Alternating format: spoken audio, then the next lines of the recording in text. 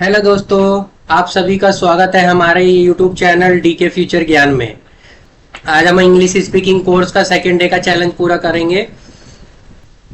तो आप सभी वीडियो के अंत तक बने रहें और वीडियो को पूरा देखें ताकि आपको भी अच्छे से ये समझ में आए और अच्छे से सीख सके।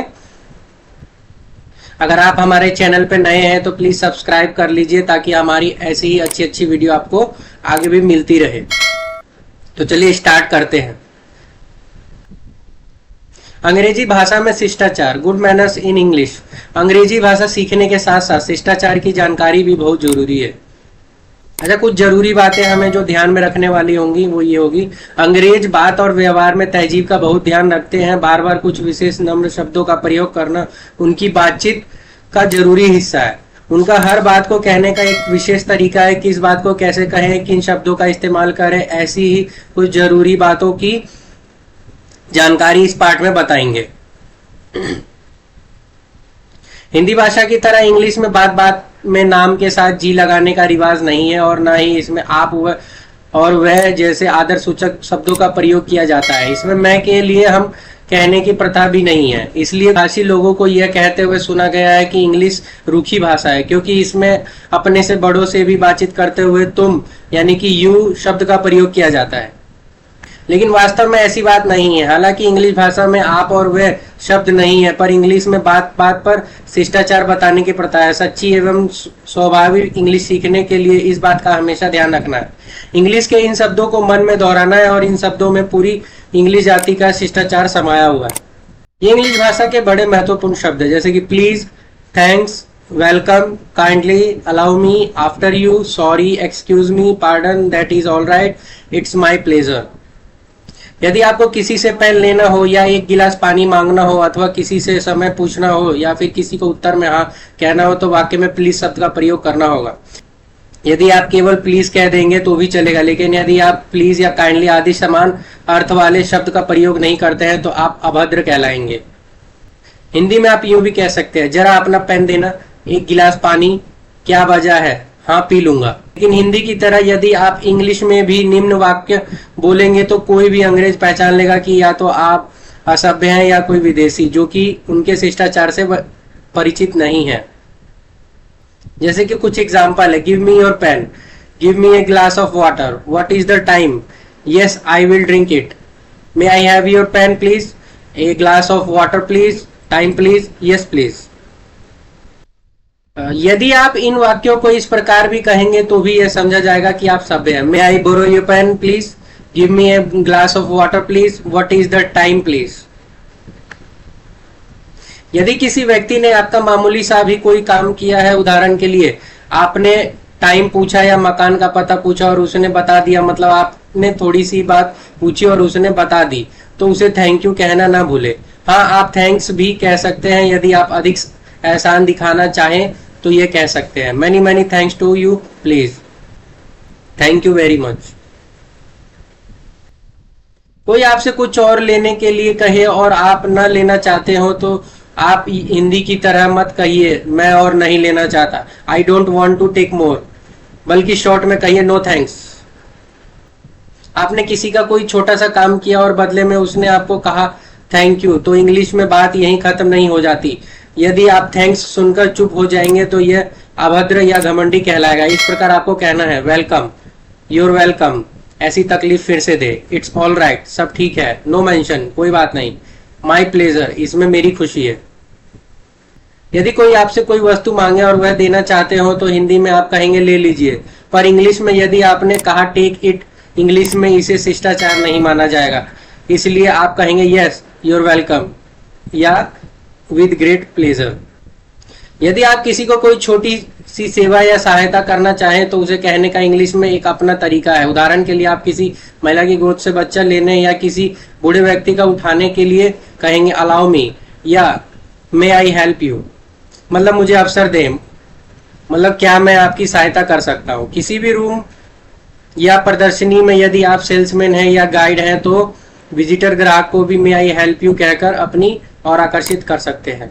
किसी महिला या किसी बूढ़े को रास्ता देते समय आप कह देते हैं पहले आप, जबकि इंग्लिश बातचीत में आप फर्स्ट यू नहीं कहेंगे, इंग्लिश में कहेंगे आफ्टर यू।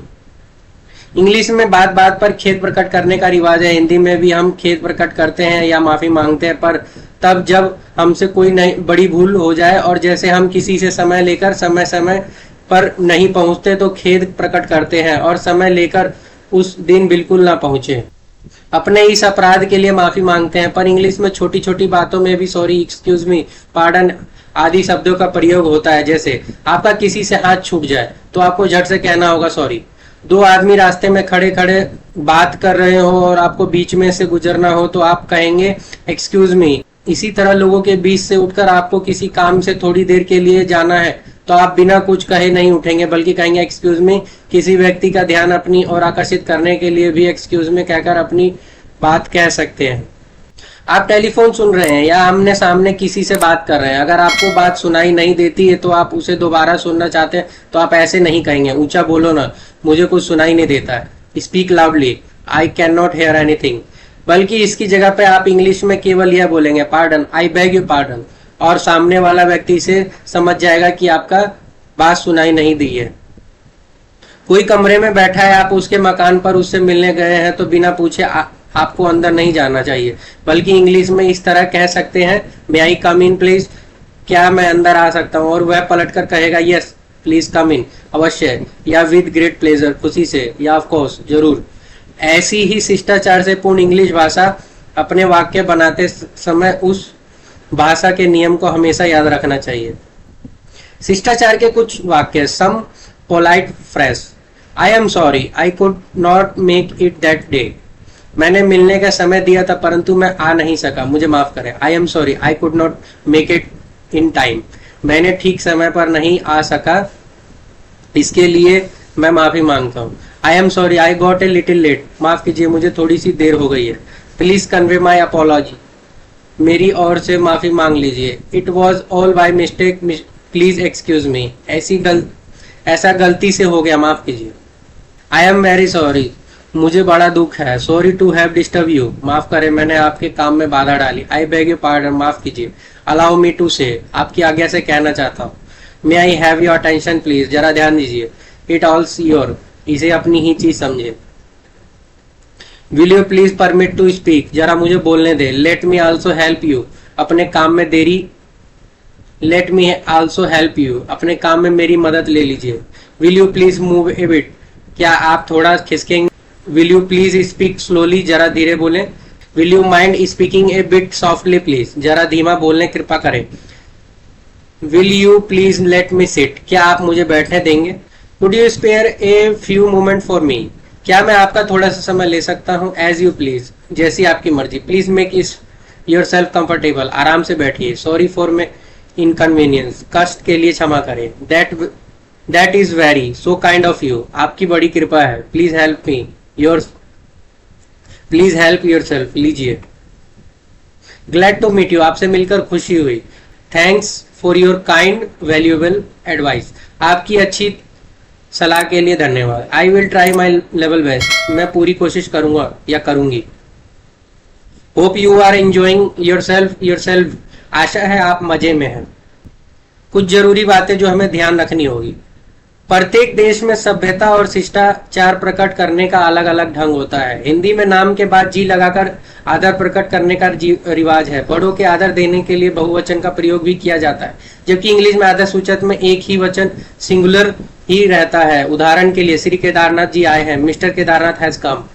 हिंदी में मध्यम पुरुष में आदर प्रकट करने के लिए तुम की जगह आपका प्रयोग होता है, लेकिन इंग्लिश में तुम और आप दोनों के लिए यू का प्रयोग होता है। जैसे आप क्या चाहते हैं, व्हाट डू यू वांट। इसी प्रकार हिंदी में अन्य पुरुष के आदर की दृष्टि से वह की जगह पर वे का प्रयोग होता है, जबकि इंग्लिश में एक वचन का प्रयोग होता है। जैसे वे रात को आ सकते हैं, ही मे कम एट नाइट। क्षमा मांगने के अर्थ में इंग्लिश में कई शब्द हैं जिनका बातचीत में व्यवहार किया जाता है। इन शब्दों के वास्तविक अर्थों को यहाँ दिया जा रहा है। कुछ भी क्षमा करना साधारण अर्थ में प्रयोग होता है, मुझे माफ करें।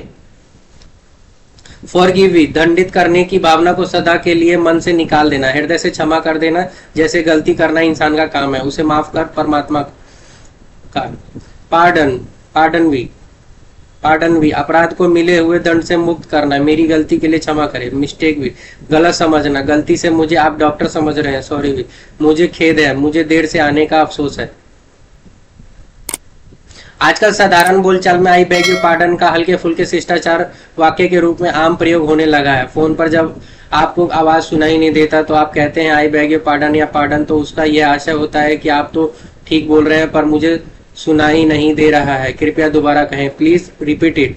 यह भी चलेगा परंतु आपको मूल अर्थ में पता होना चाहिए। इंग्लिश में शॉर्ट फॉर्म बहुत प्रचलित है, जैसे इट इज के लिए इट्स और यू आर के लिए योर का प्रयोग होता है। I am, he is, his, I have, she is, we are, is not, are not. इनके प्रयोग से बातचीत में गति और सहजता आती है। वी का अर्थ वर्ब से है। तो दोस्तों, आपको हमारी वीडियो कैसी लगी प्लीज कमेंट करके जरूर बताइए, और हमारी ऐसी ही अच्छी अच्छी वीडियोस को देखने के लिए चैनल को सब्सक्राइब कर दीजिए। तो आज का हमारा वीडियो यहीं समाप्त होता है। Thank you.